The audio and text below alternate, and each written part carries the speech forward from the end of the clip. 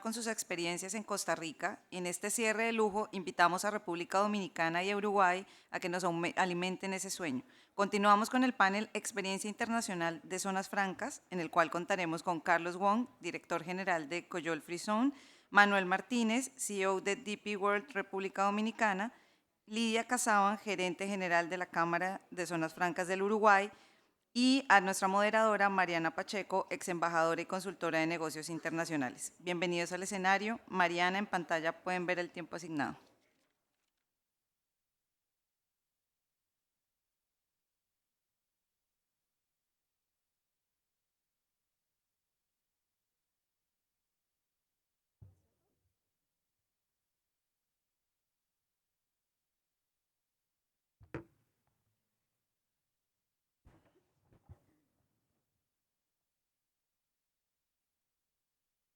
Bueno, muy buenos días, casi tardes. Este panel tengo el honor de coordinarlo, moderarlo. No sé si moderarlo, coordinarlo, porque tenemos los tres expertos internacionales. Primero quería agradecerle a Angélica y a la Andy por esta invitación. El nombre del panel es Experticia Internacional en Zonas Francas, y quería decirles que entre los tres expertos que tenemos acá suman casi 60 años en experiencia en zonas francas, en comercio internacional, y la idea es concluir este foro y este evento organizado por Angélica y por la Cámara de Zonas Francas con estos tres realmente espectaculares personas que nos acompañan hoy: Lidia Casabán, Manuel Martínez y Carlos Wong. Lidia desde Uruguay, Manuel Martínez y Carlos desde Costa Rica, que nos habló ayer, y que han liderado transformaciones reales que hoy posicionan sus países como casos de éxito. Voy a presentar a Lidia, gerente general de la Cámara de Zonas Francas del Uruguay. Es doctora en Derecho y Ciencias Sociales y técnica en marketing. Actualmente se desempeña como gerente general de la Cámara de Zonas Francas del Uruguay y representa al país ante el World Free Trade Association. Su esposo, Enrique Bueno, es el presidente del Parque de las Ciencias, que es una zona franca. No sé si ella es la jefe o él de las zonas francas, pero también quisiera resaltar que tiene, además de su trayectoria en zonas francas y en comercio internacional, una labor social ejemplar. Es la presidenta de la Fundación de Celíacos Uruguay, que ella misma ha consolidado y liderado y ha presentado un proyecto de ley para ayudar a niños y adolescentes para la protección con dietas sin gluten, algo que deberíamos hacer en el país. Entonces la felicito. Manuel Martínez, argentino, pero vive en República Dominicana, es nuestro representante caribeño también. Es ingeniero civil con MBA. Manuel Martínez cuenta con más de 20 años de experiencia en logística global y gestión portuaria. Tras una carrera regional en DP World, hoy dirige las operaciones en República Dominicana, y me encantaría leer algo que dice su LinkedIn, que dice: como CEO de DP World Dominicana, estoy comprometido con posicionar a la República Dominicana como el principal hub logístico de las Américas en concordancia con los objetivos nacionales. En DP World Dominicana no solo represento a nuestra empresa, sino que también abrazo la oportunidad de ser parte de algo más grande que ver la transformación de República Dominicana en el futuro hub logístico de las Américas. Mi compromiso es lograr que esta visión se haga realidad, fortaleciendo así nuestra posición en el comercio mundial y creando valor para nuestra comunidad y la región y nuestros socios. Bueno, y como acabamos de oír de Martín Gustavo, el presidente Abinader va a estar en el evento del World Free Zones y como él mismo me decía, el presidente Abinader va a estar y es socio de las zonas francas del país. ¡Qué envidia! Eh, no, te envidiamos, Manuel. Y Carlos Wong, pues no necesitas presentación, padre de las zonas francas de Costa Rica, padre de la Coyol Free Zone, una de las zonas francas ranqueada entre las mejores del mundo. Algo especial de Carlos es tercera generación chino, vienen de la zona ¿de qué zona de China? Guangzhou. Guangzhou. Trabajaste como agregado comercial en Hong Kong y en Taiwán. Em, eh, Carlos también ha sido profesor universitario y tu padre fue subdirector del Banco Nacional de Costa Rica.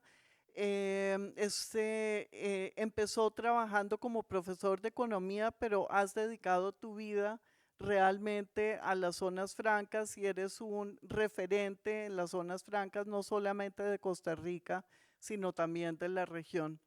Bueno, con esto y dado el tiempo y que ya estamos próximos al almuerzo, quiero hacerles una pregunta a los tres. Y sumando pues, los 60 años que tienen ustedes tres de experiencias en zonas francas, la pregunta es, ¿qué hace hoy verdaderamente competitiva una zona franca en el escenario internacional?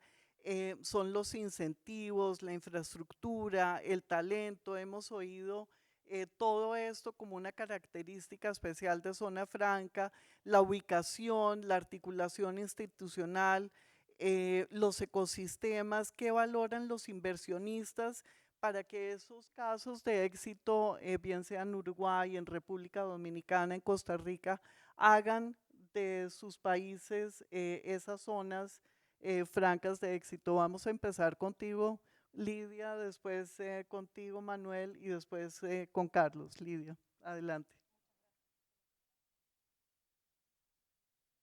Hola, ahora sí. Bueno, muchísimas gracias. La verdad que estoy muy feliz. Hace un rato hablaban de la felicidad y bueno, sinceramente existe. Estoy en Cartagena por primera vez, en este país maravilloso de ustedes, con gente súper cálida, que me han hecho sentir parte desde el primer momento. Un placer haber conocido más a Mariana. Bueno, tengo amigos y colegas del rubro Zonas Francas. Y agradecerle especialmente a Angélica Peña, que no la veo, pero esta invitación que me hizo.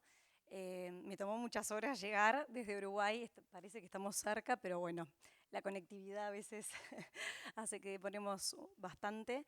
Pero contarles un poquito la experiencia de Uruguay.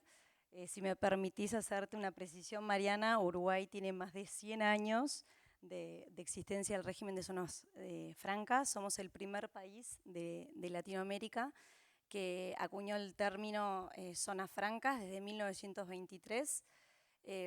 Se dio la creación de las dos primeras zonas francas en el departamento de Colonia, zonas francas públicas, administradas directamente por el Estado, y luego fue a partir del año 87 que se da la reformulación del régimen de zonas francas, y ahí puedo decir que los legisladores del momento, los empresarios líderes del momento, hicieron muy bien esa wishlist, ese deseo que decían del niño Dios. Bueno, hicieron muy bien ese punteo, porque varios de estos términos que hablaba más temprano el señor Martín Ibarra están acuñados en nuestra ley de zonas francas.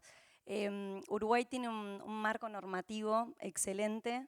Ayer hablaba otro de los colegas de que si existían normativas ideales o no. Yo creo que Uruguay tiene una de las mejores leyes y marcos normativos que ha permanecido en el tiempo. Esta ley es de 1987, ya 39 años, que marcan esa experiencia consolidada en lo que es en materia de zonas francas del Uruguay, sobre todo el término seguridad jurídica, ¿no? Qué importante es a la hora de los inversores de mirar la región, la seguridad jurídica, las reglas claras, los escenarios claros, como mencionaba ayer el presidente de Andy. Entonces, Uruguay ha hecho muy bien esos deberes. ¿Y cómo lo ha hecho? Mediante este marco normativo y a lo largo del tiempo, los casos de éxito hablan por sí solos, que luego se los voy a comentar. Pero esta ley consagra las más amplias exoneraciones tributarias. La propia ley reza que los usuarios de zonas francas están exentos de todo tributo nacional creado o a crearse, con tasa cero. Ayer me preguntaba Mariana, ¿y cuánto es cero? Y también ventajas aduaneras, por supuesto, además de la infraestructura de primer nivel, la capacitación que se le da a nuestros jóvenes, a nuestro capital humano que trabajan en las zonas francas. Si me permiten, el año pasado varios de ustedes estuvieron en el Congreso de ASFA en Punta del Este y pudieron hacer esas visitas técnicas y ver de primera mano el nivel de zonas francas que tiene Uruguay bajo el marco normativo de la Ley 15.921, de primerísimo nivel. Justamente ahora, próximo a inaugurarse el data center de Google, instalado bajo el régimen de zonas francas. Ayer se hablaba en un panel de data centers y me daban ganas de levantar la mano y decir, Uruguay ya tiene un data center bajo el régimen de zonas francas. Los casos de éxito también, por ejemplo, las inversiones icónicas y millonarias que han sido fundamentales, como el caso de las pasteras de celulosa. Son 2 pasteras, UPM y Montes del Plata, y UPM ha redoblado la confianza en nuestro país, inaugurando la 2ª planta de celulosa. Y algo trascendental que nos atraviesa a todos es esa generación, por supuesto, de empleo y datos que les voy a compartir más tarde, pero todo lo que se genera dentro de las comunidades de zonas francas, pero también el efecto derrame hacia las comunidades locales, las oportunidades que brindan para toda esa gente que quizás si no estuviera, o seguramente si no estuviera el régimen de zonas francas vigente, no tendrían esas oportunidades tan importantes, ¿no? Así que bueno, eso es como un poquito el primer pantallazo para presentarles Uruguay. Gracias, Manuel. Bueno, continuando con el mismo relato, básicamente, y antes, bueno, de continuar, quiero agradecer a Andy por la invitación. La verdad que un evento muy bueno. Me habían hablado de este evento en el pasado. Este año tuvimos la oportunidad de concretarlo y estoy también muy feliz de estar aquí y de poder compartir de ambos lados. Nosotros entre Uruguay y Argentina decimos cruzar el charco. Bueno, aquí también estamos de un lado del Mar Caribe y del otro, poder compartir las buenas experiencias entre todos, ¿no? Pero creo que retomando lo que fundamentalmente es clave, que son el desarrollo de los regímenes. Creo que también tenemos que sumar otros aspectos, entender por qué esos regímenes son exitosos. Yo puedo hablar por República Dominicana y realmente por los pocos años que tengo desarrollando el negocio de la zona franca en República Dominicana. Así que los 60 años de experiencia en realidad son más de mis 2 colegas. Son los viejos ellos, digamos. Entonces, sí creo que en el caso de la República Dominicana, entender el por qué se hicieron bien esos regímenes tienen que ver con la colaboración público-privada. Eso generó la certeza que se necesita para atraer esas inversiones. Un caso concreto, bueno, es la creación de la Ley 890, que es una ley, bueno, que se creó en los años 90, pero que ha persistido a lo largo del tiempo, ha pasado ciclos económicos y ciclos políticos y todavía es perfeccionable. Y producto de eso son otras leyes que se siguen sumando, como por ejemplo la ley de los centros logísticos y todas las iniciativas que se van desarrollando de manera conjunta entre el sector público y privado. O sea, esta cultura de permitir pedir perdón antes que pedir permiso, ¿no? Es dejar hacer y hablar entre ambas partes para poder desarrollar. También coincido que el desarrollo o la estabilidad institucional es muy importante y sobre todo la coordinación de la estabilidad institucional. ¿Qué tiene que hacer cada una de las instituciones? ¿Cómo están divididos los, digamos, balances de poder? ¿Cómo están divididas las visiones? ¿Y cómo puede contribuir cada una de esas instituciones a la generación real de valor? Que ese es el objetivo que buscan las zonas económicas. Pero creo que el punto que sí hay que agregar al desarrollo de los regímenes y las bondades que tienen los regímenes, que son más allá de los incentivos fiscales, es el componente del desarrollo logístico y del desarrollo de infraestructura logística que permita la resiliencia de las cadenas de suministro. De nada va a servir contar pura y exclusivamente con un incentivo fiscal si ese régimen productivo no se encuentra inmerso dentro de una cadena de suministro que es resiliente. Entonces, la inversión en infraestructura de transportes, como se comentaba hace poco por aquí, la infraestructura que permita el desarrollo de servicios logísticos también es fundamental para poder hacer exitoso un régimen de zonas francas. Gracias. Carlos, todo tuyo. Gracias. Bueno, primero que todo, un gusto de volver a conversar con ustedes y agradecer nuevamente a Andy todo el apoyo que nos ha dado para este proceso. Creo que la primera pregunta que tenemos que hacernos es, ¿cuáles son los fundamentales que busca un inversionista cuando trata de decidir a dónde va? Si va a Uruguay, si va a Dominicana o a Costa Rica. El primer tema es que un inversionista no toma una decisión para un instante. El inversionista toma una decisión basada en un planeamiento y su intención realmente traspasa un año, traspasa 5 años y a veces trasciende a 15 o 20 años. Cuando hemos tenido las experiencias de las mejores inversiones son con aquel inversionista que realmente toma en cuenta un proceso de largo plazo. Y en esto entonces ocurren varios temas que son fundamentales en esa decisión. El primer tema, parte ustedes lo han tocado, y es precisamente el tema de la seguridad jurídica y de ese planteamiento de política del Estado.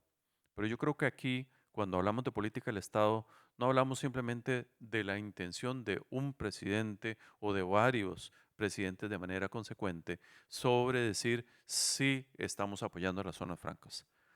Esto va más allá de eso porque viene precisamente en una consistencia general de la política del Estado y del país en un alineamiento hacia una agenda. En el caso de Costa Rica, lo que se ha logrado durante muchos años ha sido una consistencia en el planteamiento no solo de una estrategia para decir queremos este tipo de sectores, esa estrategia la desarrollamos hace prácticamente 20 años en los cuales dijimos estos son los 5 sectores prioritarios sobre los cuales vamos a trabajar y alrededor de esos 5 sectores trabajamos no solo la parte de incentivos, que es muy importante, los marcos de ley. Realmente la ley de Zona Franca de Costa Rica solo ha tenido 3 reformas desde 1990 y las 3 reformas han sido, parafraseando a Patricia que hablaba antes, para expandir el régimen de Zona Franca y realmente nuestro énfasis ha estado en crear un marco seguro, pero fundamentalmente en mejorar y simplificar el marco.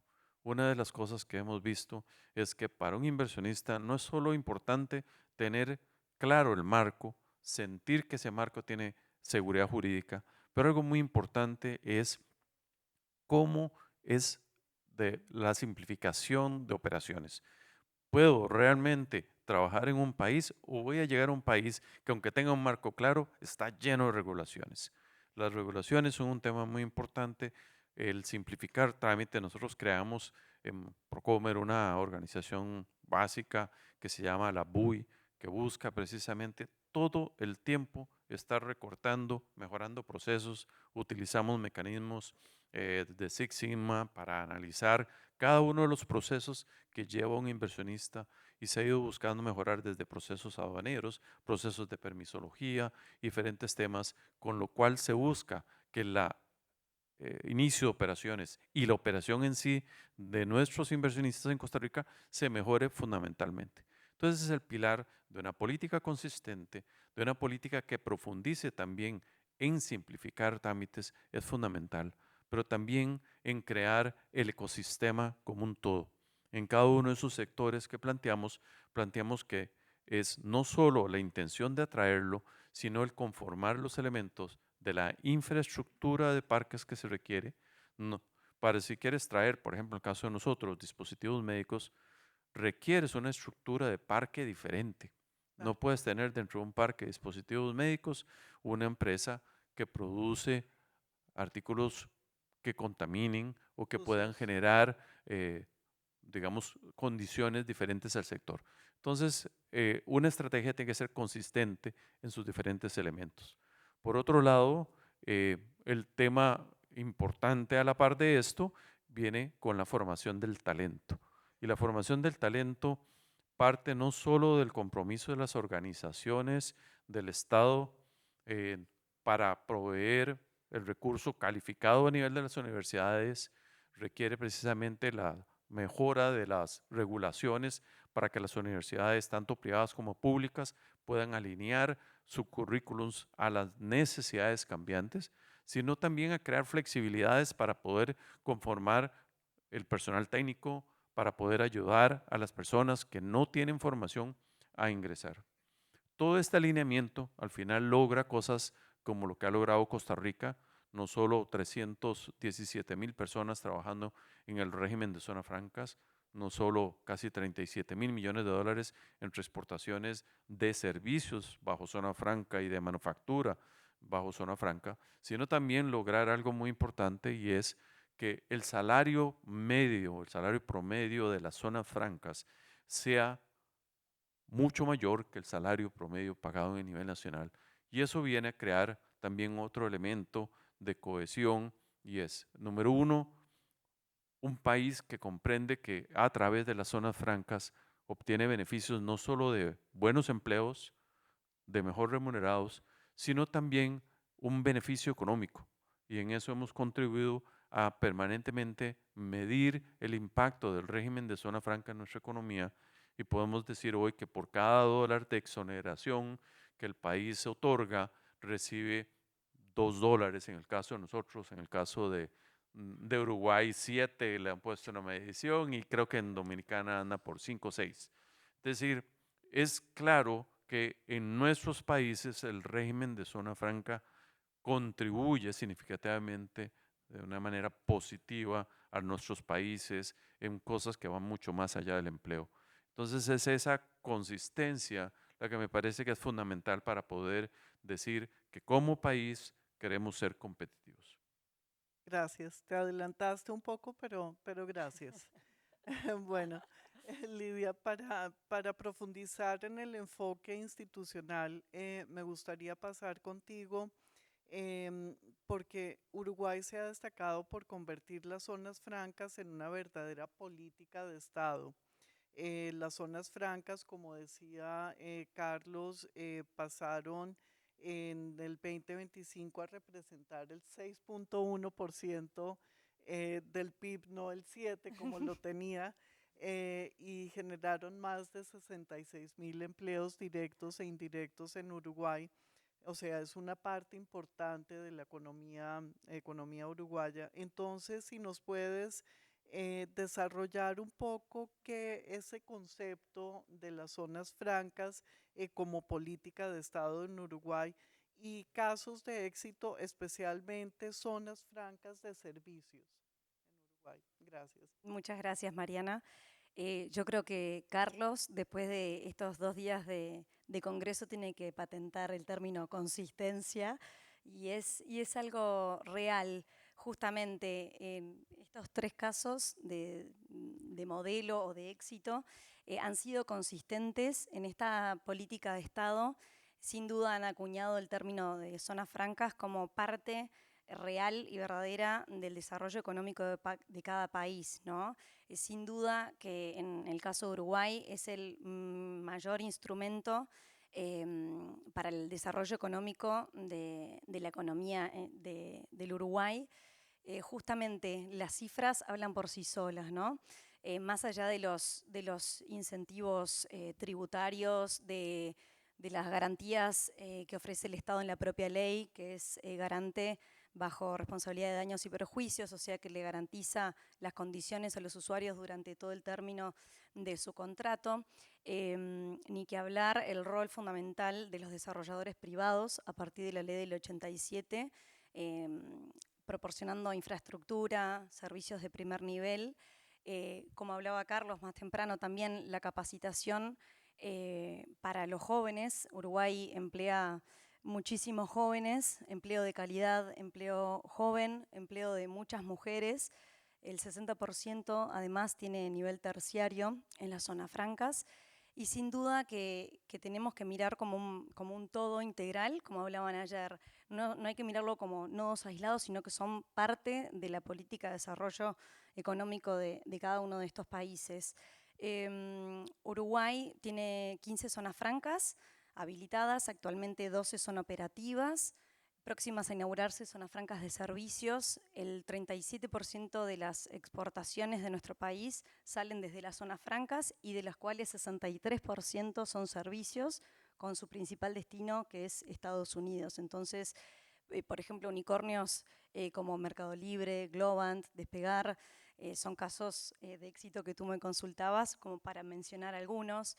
Pero sobre todo las oportunidades, ¿no?, que generan estos nodos, estas plataformas fundamentales para el desarrollo de nuestra economía nacional.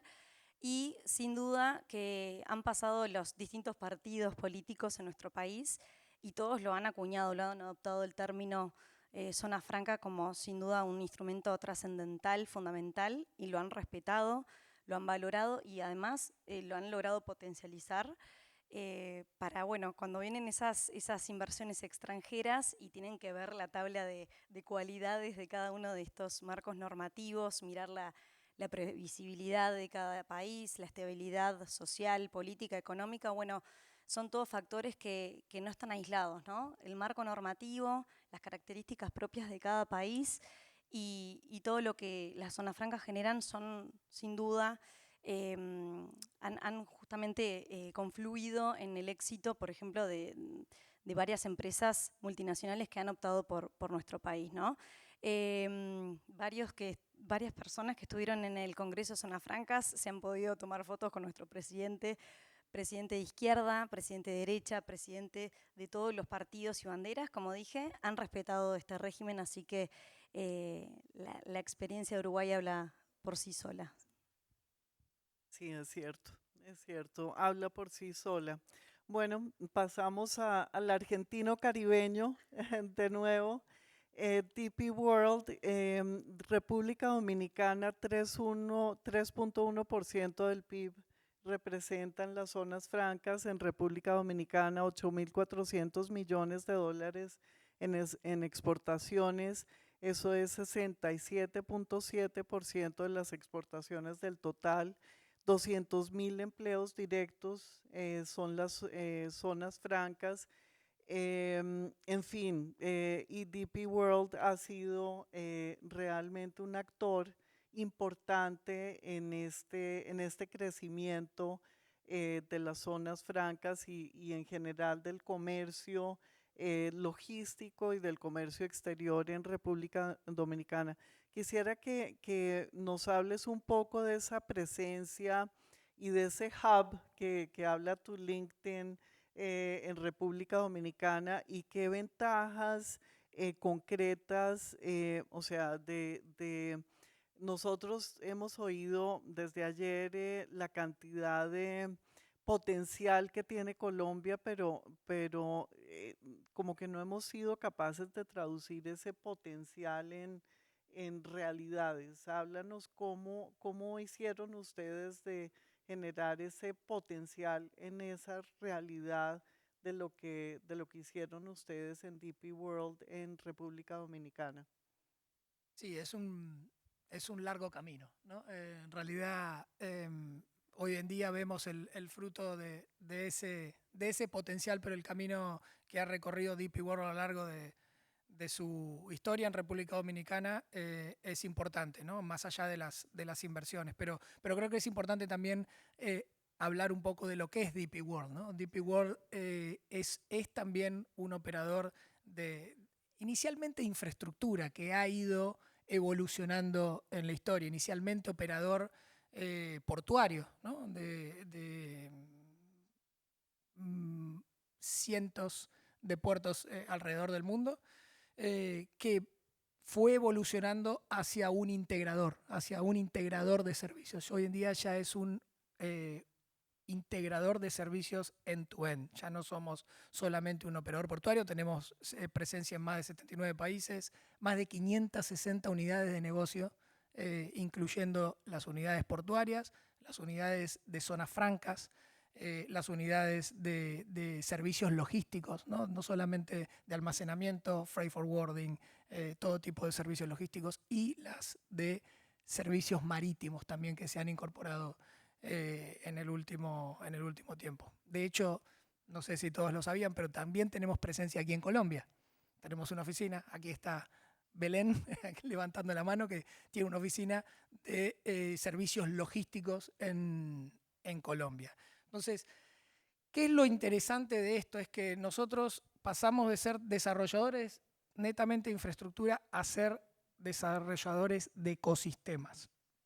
Y esto es muy importante porque no solamente es la provisión de infraestructura, que es muy importante para el país, obviamente, y para las operaciones de la compañía, sino también la integración con potenciales volúmenes de negocios adicionales, ¿no? Entonces, esto lo que le da la posibilidad y el atractivo a los clientes es, ocúpate de lo tuyo, que es hacer negocios, nosotros nos ocupamos de la logística.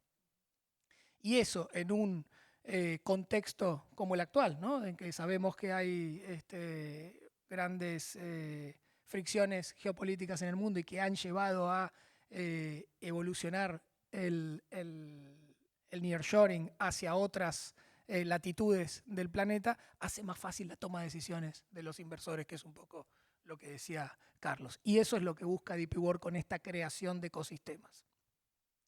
Puntualmente en la República Dominicana se da un caso puntual muy, muy concreto, que es la alineación de esa visión de DP World con el país. El país realmente hizo algo muy bueno, que es transformar una ventaja comparativa en ventaja competitiva, ¿no? La ubicación que tiene la República Dominicana lo convierte en un hub logístico, que es básicamente lo mismo que busca DP World. Generar estos ecosistemas que permiten, obviamente, maximizar el negocio también, ¿no? Porque, bueno, lo que voy a decir ahora en realidad es del otro lado de la pared. Los puertos tenemos nuestra demanda, se compone básicamente de la demanda orgánica que tienen los hinterland del puerto, ¿no? Que son las áreas de influencia de los puertos. Estos ecosistemas lo que hacen es generar demanda inorgánica. Por lo tanto, generan un crecimiento del volumen de negocios que se ve potenciado con esta oferta de servicios. Y eso es lo que ha hecho básicamente DP World en los últimos años en República Dominicana, y eso también se traduce en beneficios, obviamente, para el país, ¿no? Porque permite que se cumplan las metas. No sé si todos saben, pero República Dominicana tiene una meta para el año 2036, que es duplicar su PBI per cápita, y gran parte de la estrategia de esa meta es justamente el hub logístico.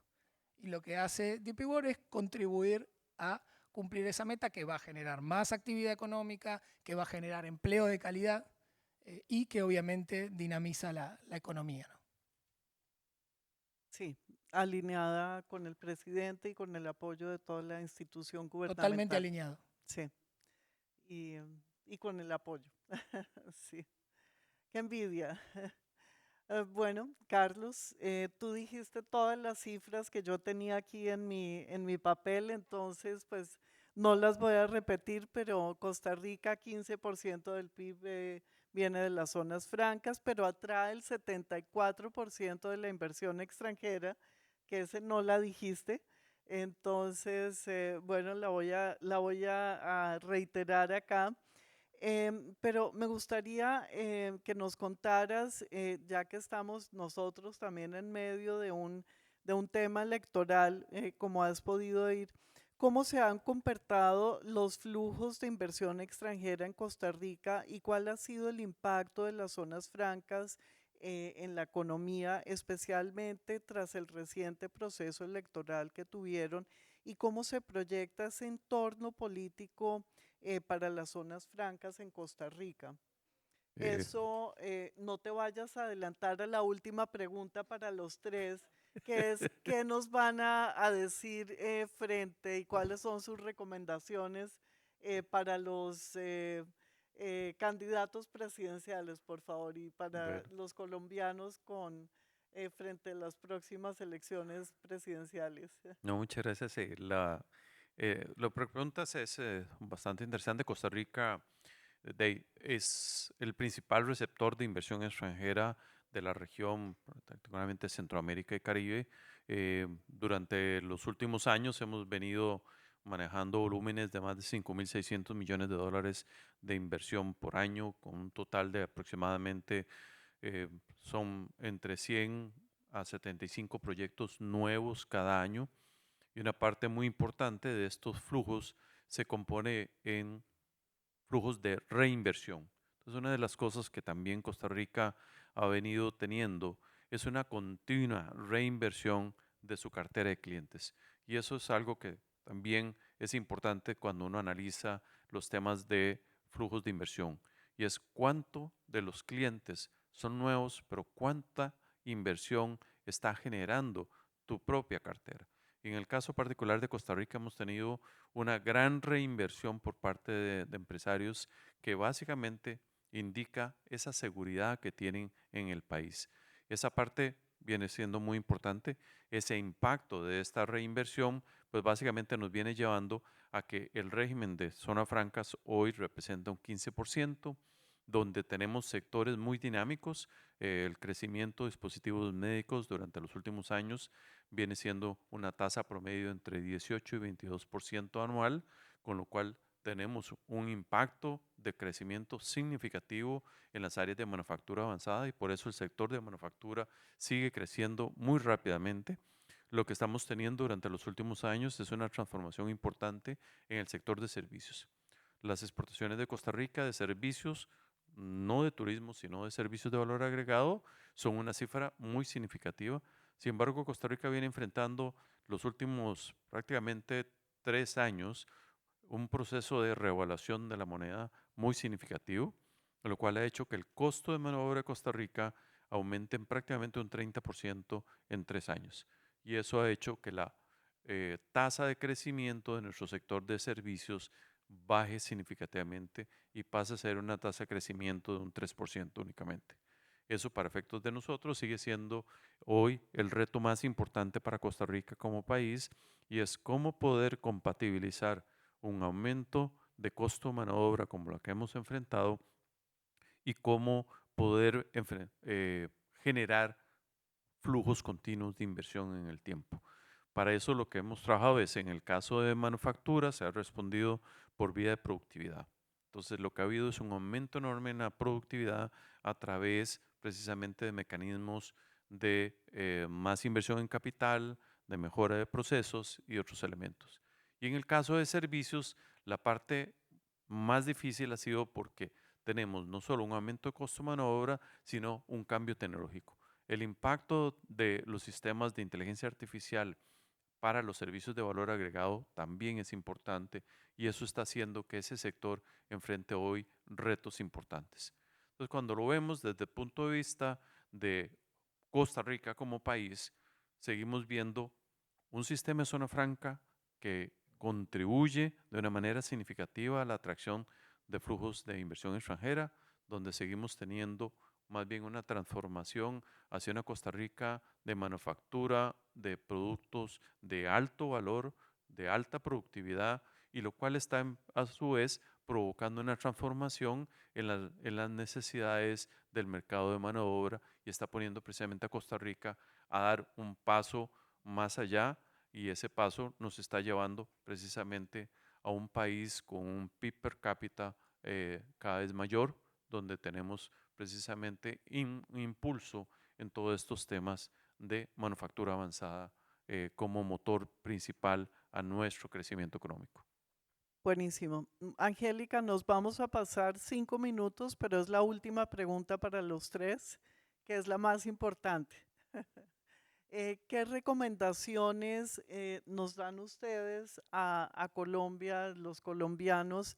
em, ¿Cómo podemos hacer de nuestras zonas francas de nuevo un atractivo para la región de atracción de inversión extranjera? ¿Cómo podemos volver a poner a Colombia en el mapa? ¿Cómo podemos hacer para que Angélica y todas las zonas francas aquí presentes podamos volver a crecer, a estar en el mapa no solamente regional, sino mundial, que las empresas nos vuelvan a mirar con ojos atractivos, nos vuelvan a sacar al baile, que seamos la novia que quieran atractiva a sacar al baile y a querernos de nuevo. ¿Cómo podemos nosotros volver a estar ahí con ustedes? Casos de éxito. Lidia, Manuel y Carlos. Lidia, empezamos contigo. Muchas gracias. Vamos a tratar de buscarle un novio a Colombia. Pero como bien decías tú, la clave del éxito lleva a una revisión interna también dentro de cada uno de los países, y este ejercicio de mirar dentro de Latinoamérica cómo se han manejado otros países son aspectos fundamentales. En Uruguay permanentemente recibimos misiones empresariales, misiones de gobierno de otros países que vienen a ver cómo ha desarrollado este instrumento Uruguay, cómo son nuestras zonas francas, las zonas francas exclusivas de servicios, cómo se ha desarrollado la industria. Entonces, son factores claves desde lo que ha sido la experiencia de Uruguay como caso de éxito. Primero, marco normativo, como bien decía hoy Martín Ibarra, que no sé si sigue aquí, pero lo voy a citar, el marco normativo, el marco regulatorio, esas reglas claras, reglas que permanezcan lo más estable posible, sin duda. El diálogo con el Estado, nosotros tenemos comisiones permanentes de trabajo, mesas técnicas desde Cancillería, Ministerio de Economía y Finanzas, con Uruguay 21. Estamos integrando ahora el directorio de nuestra agencia de promoción de inversiones. Por primera vez los privados estamos integrando la agencia nacional. Son aspectos fundamentales, ¿no? Ese ida y vuelta, ese intercambio, y sobre todo que los políticos entiendan este instrumento clave para el desarrollo, como decía hoy, de la economía de nuestro país, el respeto por las instituciones, el respeto normativo, la previsibilidad, que más temprano también se había hablado de ese término tan importante, ¿no? Los extranjeros quieren tener esa previsibilidad, esa confianza, saber qué es lo que va a pasar ahora, pero también con una mirada a largo plazo, ¿no? Una mirada a futuro. La seguridad jurídica equivale directamente a la inversión extranjera directa. Entonces, creo que esos son los pilares fundamentales, que debemos evitar la afectación de esos cimientos, de esos pilares que han generado justamente el milestone de nuestras plataformas, que son las zonas francas, como casos verdaderos y reales de éxito, ¿no? Como verdaderas zonas francas que existen y no como hablaban de subzonas francas. No, son reales, generan empleo, más de 1.337 empresas instaladas bajo el régimen de zonas francas en nuestro país.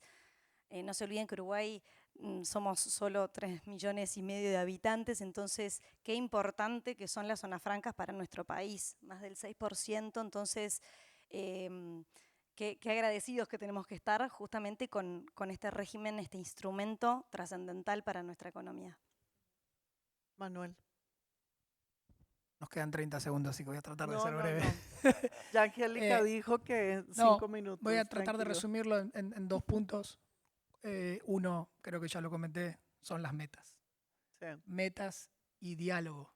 La participación público-privada en el desarrollo de esas metas para poder involucrar a todo el conjunto y poder establecer esos caminos claros. Creo que ese es algo que veo que ha hecho muy bien la República Dominicana en los últimos tiempos. Y el otro que también comenté hace un poquito, que es incentivar las inversiones en infraestructura que van a mejorar la competitividad del país para evitar que esos ciclos políticos o económicos trabajen, digamos, en detrimento de la actividad, ¿no? Entonces hay que tratar de buscar esas inversiones que nos dan un gran salto de calidad para poder, con ese margen, cubrir esas variaciones de los ciclos económicos y políticos, ¿no?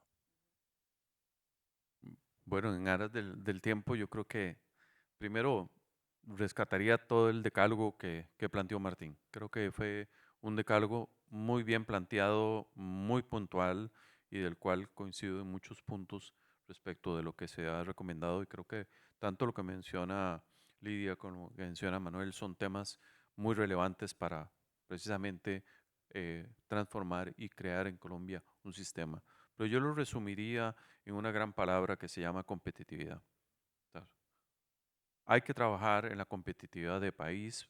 La competitividad de país es el espejo de la competitividad de las zonas francas, pero para poder lograr eso hay que hacer un trabajo conjunto y eso es lo que creo que se rescata de toda esta conversación. No podemos pensar en que las zonas francas están aisladas, tampoco un país puede pensar en querer impulsar un volumen de exportación sin tomar en cuenta su instrumento principal, que son las zonas francas. Y por eso es que los dos tienen que alinear las agendas en un solo concepto que impulse precisamente esa competitividad, esa competencia sobre la cual muchos países estamos. Pero todos los que van trabajando con una agenda clara de competitividad de largo plazo van logrando resultados. Y estos resultados se adaptan a las necesidades también de cada país y de las empresas que se buscan. Creo que es un mundo lleno de oportunidades y en el cual todos podemos precisamente capturar una parte de esos flujos de inversión y que permita a nuestros países precisamente continuar sobre la senda de un crecimiento que beneficie precisamente a quienes, a las personas que viven en estos países.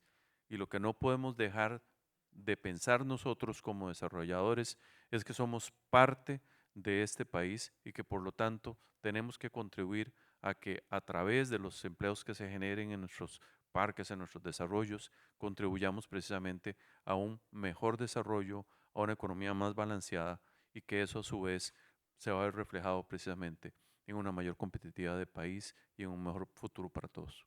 De acuerdo, gracias.